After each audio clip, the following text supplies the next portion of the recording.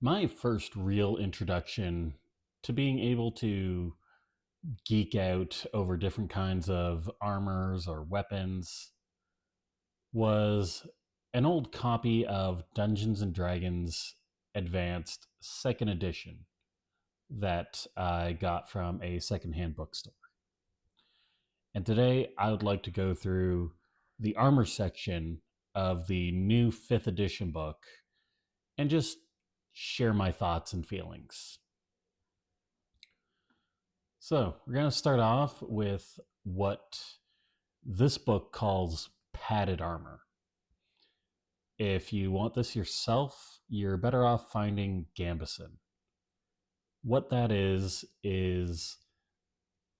you take a bunch of layers of linen, wool, cotton, and you quilt them together into a thickly padded uh, piece of armor. It's good against swords, or it's good against sword cuts, but not so much against thrusting attacks. And in all honesty, it kind of bums me out that these armors do not interact in any way with the slashing, piercing, and bludgeoning damage types of weapons.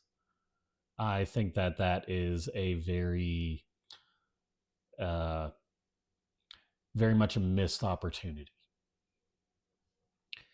And the other thing that really grinds my gears about this padded armor is that somehow this would give you disadvantage on stealth. Seeing all the other kinds of armor, I genuinely believe that if anything, a Gambison would give you an advantage on stealth. Moving on to leather armor. Now, real life leather armor did not look like this. We definitely know it existed in the medieval period because the French term for a breastplate, the cuirass, actually comes from the word for leather. As far as I can tell, it's a theoretical thing that they would harden pieces of leather in order to wear underneath a chainmail shirt. And if you want to learn more about hardening leather, you can check out my single stick video in which I harden the leather that I use for my single stick handguards. Now, over here, we have the infamous studded leather armor. And most people will tell you that studded leather is not a thing, and that they most likely mistook uh, brigandine for studded leather. And I can tell you that that is absolutely true because in the Advanced Dungeons and Dragons second edition handbook that I had, it gave a good description of studded leather as they're pieces of metal riveted under the shirt. And that is what a brigandine is. Now, personally, I think that if you are going to consider studded leather as brigandine, it should be in the medium armor category. Finally, if we're getting really nitpicky, I think Dungeons and Dragons should do shields a whole lot better than they do. Uh, Personally, I think instead of having just a extra few points in armor, a shield should act more like mobile cover, which is really a good way to describe a shield. It is bringing a pre flipped table to hide behind to a fight.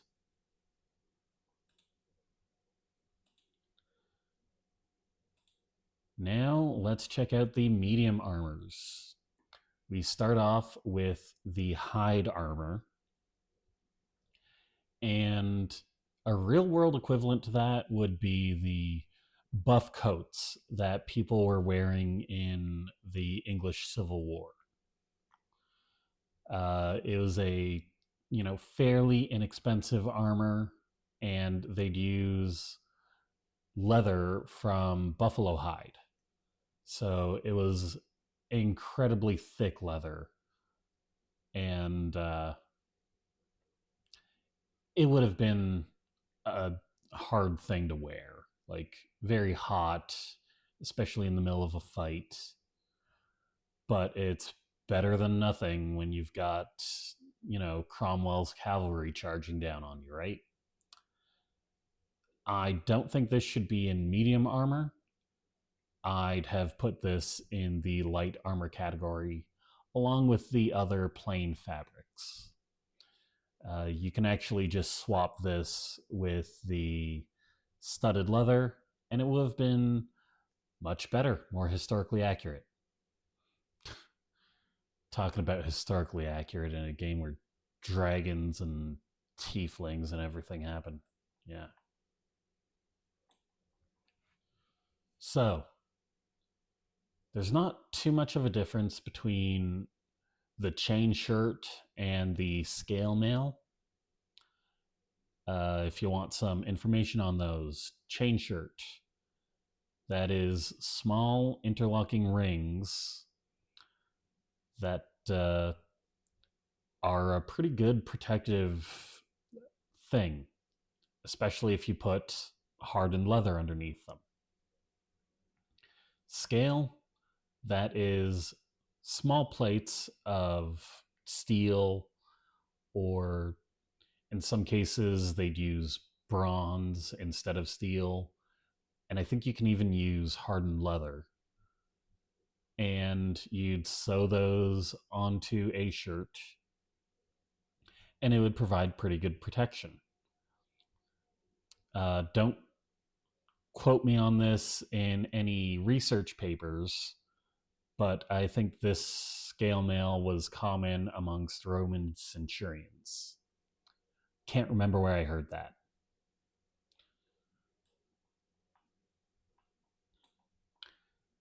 Now we come to the breastplate. And this breastplate has extra bits and pieces added onto it. It's got pauldrons, looks like it has a back plate. And personally, I think the breastplate should take the place of shields as an extra, +2 to your armor class, because that's how they use them in history. You wouldn't just wear a breastplate, you'd wear a gambeson with a breastplate, or you'd wear chainmail with a breastplate. And it was very much used to enhance your armor rather than be armor in and of itself.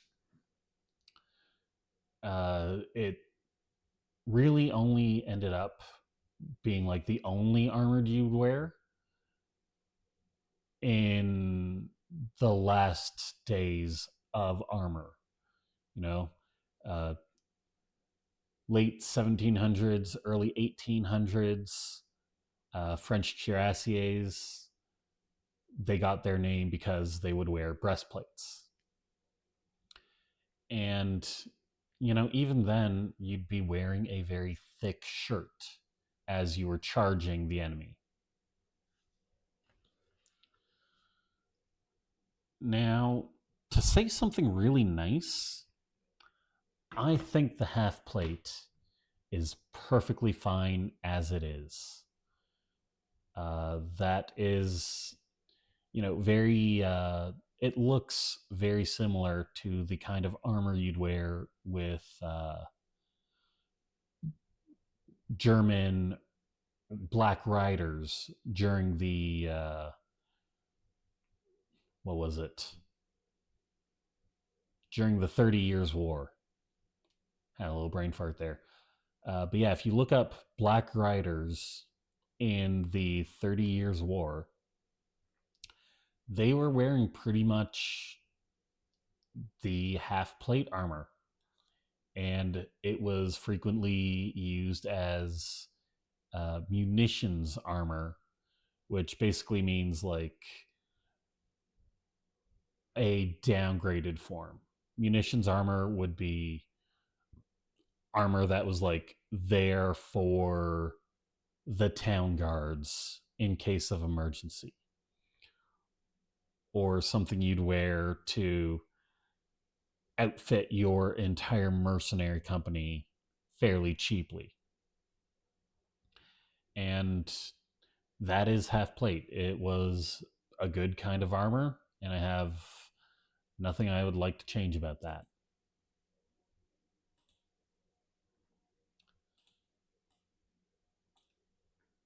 All those good things I said go away with ringmail. Now, basically, this is armor that is a whole bunch of really big rings interlocked together.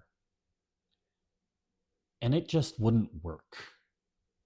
If you look at chainmail, it works because the rings are very small. They are hard to pierce. This ringmail shirt would get arrows stuck in it like crazy. And in order to make it, you basically have to forge a regular circular piece of armor and then punch a hole through it. So you're actually taking a good functional kind of armor and making it less functional. I absolutely hate ringmail.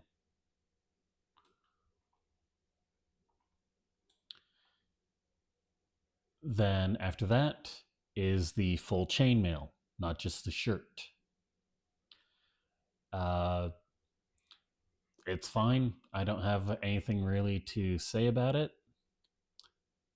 Although I would say that if I was going to upgrade a chainmail shirt to a full chainmail armor, I'd have added pants. And I don't really think, I understand why there are not pants in most of these armors. The torso is what you mostly want to protect. But if I'm making it a strict upgrade from one piece of armor to another piece, I'd add pants.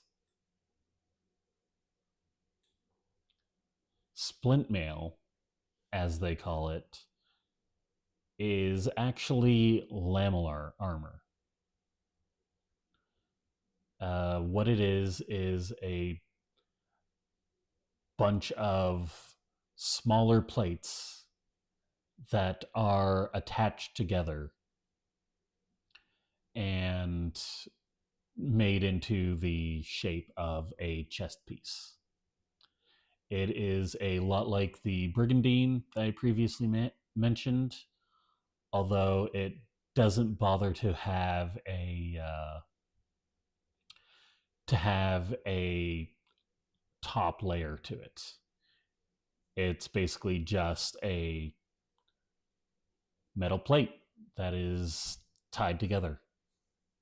This was a pretty good piece of armor, very, uh,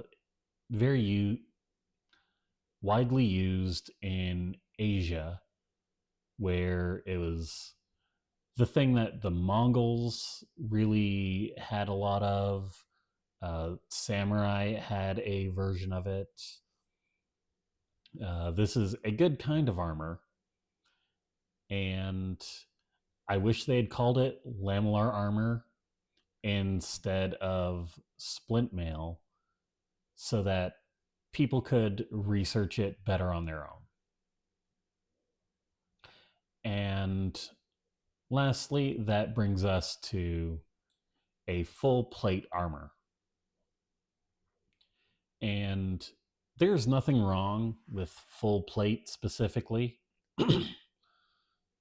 But I do think that any setting that has full plate armor, it's really not going to require a whole lot of the other kinds of armor. Excuse me.